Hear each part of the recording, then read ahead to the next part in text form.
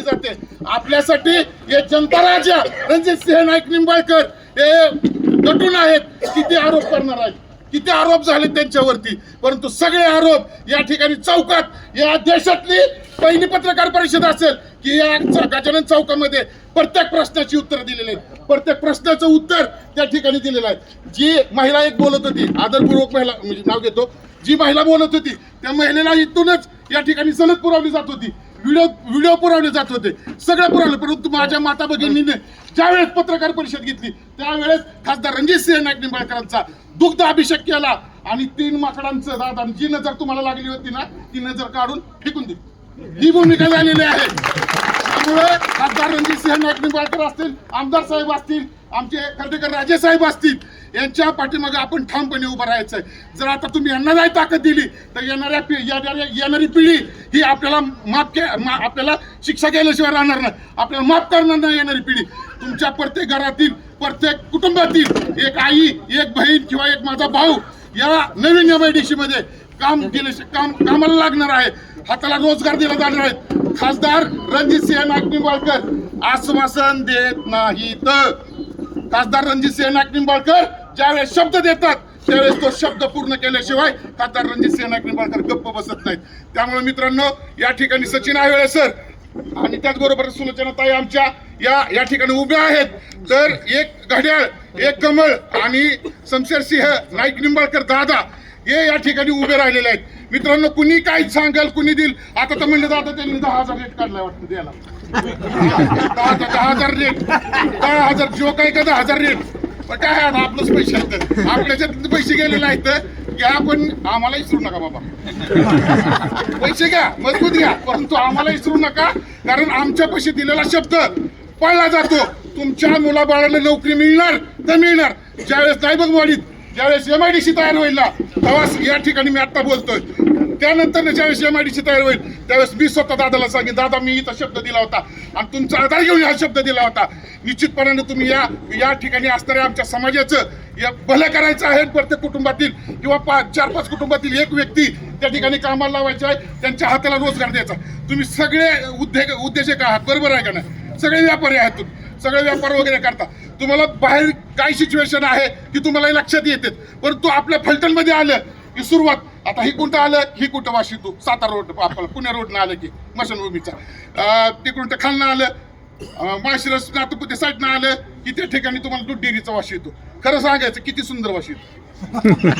येतो सुंदर येतो का गाण वास येतो? गाण वास येतो ना. मग अशी परिस्थिती जर एखादा पाहुणा जर आला ना तर म्हणतो तुमच्या का फलटणमध्ये आल्या पहिल्यांदा घाणीचं साम्राज्य एकदम घाणवास येतो तुमच्या तिथं. परंतु हे घाणवास जे घाणीचे साम्राज्य आहे ते कुणी करून ठेवलेलं आहे, ते घाणीचे साम्राज्य या घाण माणसांनी करून ठेवलेलं आहे. त्यामुळे या घाणीचं साम्राज्य काढायची आता वेळ आलेली आहे. तुम्हाला एवढीच माझी हात जोडून विनंती आहे, जोपर्यंत तुमचा या ठिकाणी वाटा आम्हाला, सिंहाचा वाटा आम्हाला मिळणार नाही, तुमचं अनमोल मत आम्हाला मिळणार नाही, तोपर्यंत ही घाण आम्ही काढू शकत नाही. त्यामुळे तुमची गरज आहे. यंदा मतदान करणार का तुम्ही? खरं सांगायचं. करणार. हे जे 2 उमेदवार बसले त्यांना मतदान करणार का? हो. एवढी तुमच्याकडे गवाही मागतो. उमेदवार 2 आहे. आता एक पप्पू म्हणून फेमस आहेत, माहित असेल, म्हणजे माझ्या आईला माहित नसेल, परंतु जे या ठिकाणी बसले त्यांना सर्वांना माहित असेल पप्पू कोण आहे.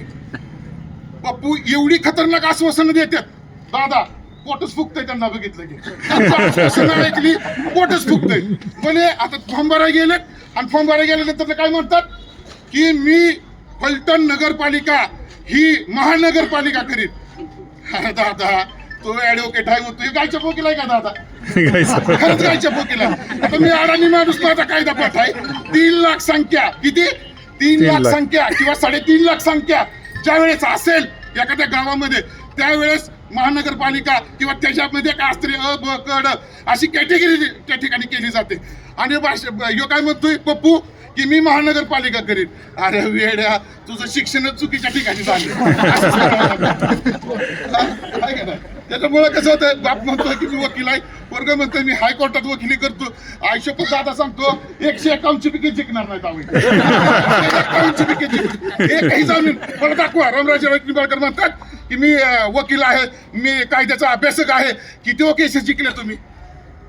किती केसेस जिंकल्या? एक तरी केसेस?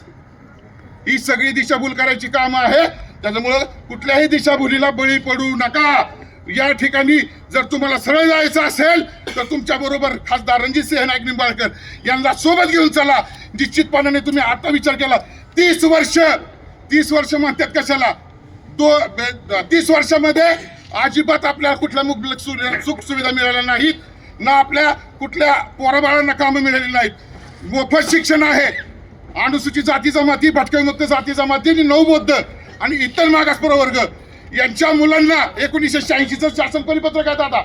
त्याच्यामध्ये कोणतीही शाळा असू, मुलींना 1ली ते 12वी आणि मुलांना 1ली ते 10वी इथपर्यंतचं कसली डोनेशन न घेता न काय करता ऍडमिशन फी मोफत द्यायची असते. परंतु या ठिकाणी गावचे राजे जे म्हणतात, आम्ही गावचे राजे, तेच भिकाऱ्यागत पैसे गोळा करतात. गोरगरीबाकडे आई शपथ गोरगरीबाकडे भिकाऱ्यागत पैसे गोळा करतात. आता तुम्ही बघा ती कुठली तरी ही काढलेली आहे बघा, शाळेमध्ये अकॅडमी काढलेली आहे.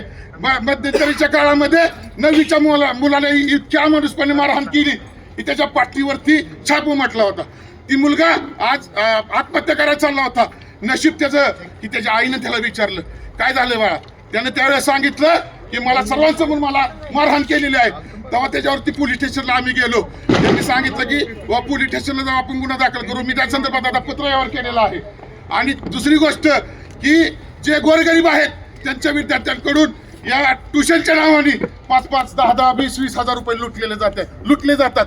मग आता तुम्ही सांगा की तुम्ही लुटाराला साथ द्यायची का तुमची उन्नती करणार आहे, तुमच्या मुलाबाळांना रोजगार देणार आहे, अशा या वाघाला तुम्ही साथ द्यायची. एवढं लक्षात ठेवा. तुम्ही आपल्या पाठीमागे खंबीरपणे उभं राहा, गाड्या तुमच्या मागे खंबीरपणे उभं राहतील. थांबतो.